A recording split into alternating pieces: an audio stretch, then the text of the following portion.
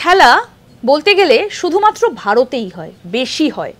বলুন তো সেটা কোন খেলা, খেলাটার নাম কি? আসুন সেই বিষয় বলি।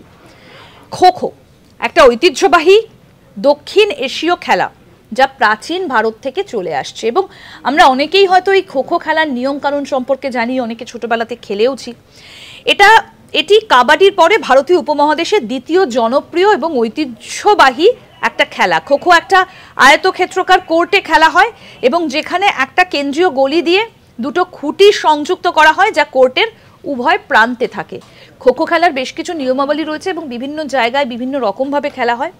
মূলত এটা দক্ষিণ এশিয়াতেই খেলা হয় এবং ভারতে খেলা হয় এই খো খো, যেটা বলা যেতে পারে যে শুধুমাত্র ভারতেই হয় এবং বেশি ভারতেই দেখা যায়। ভারত ছাড়া খুব একটা কিন্তু এই খো খো খেলার প্রচলন নেই।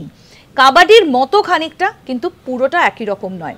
এবং কাবাডির পরে এই খো খো খেলা কিন্তু ভারতে যথেষ্ট জনপ্রিয়। দেখতে থাকুন আজ তাক বাংলার ইউটিউব চ্যানেল, সাবস্ক্রাইব করুন।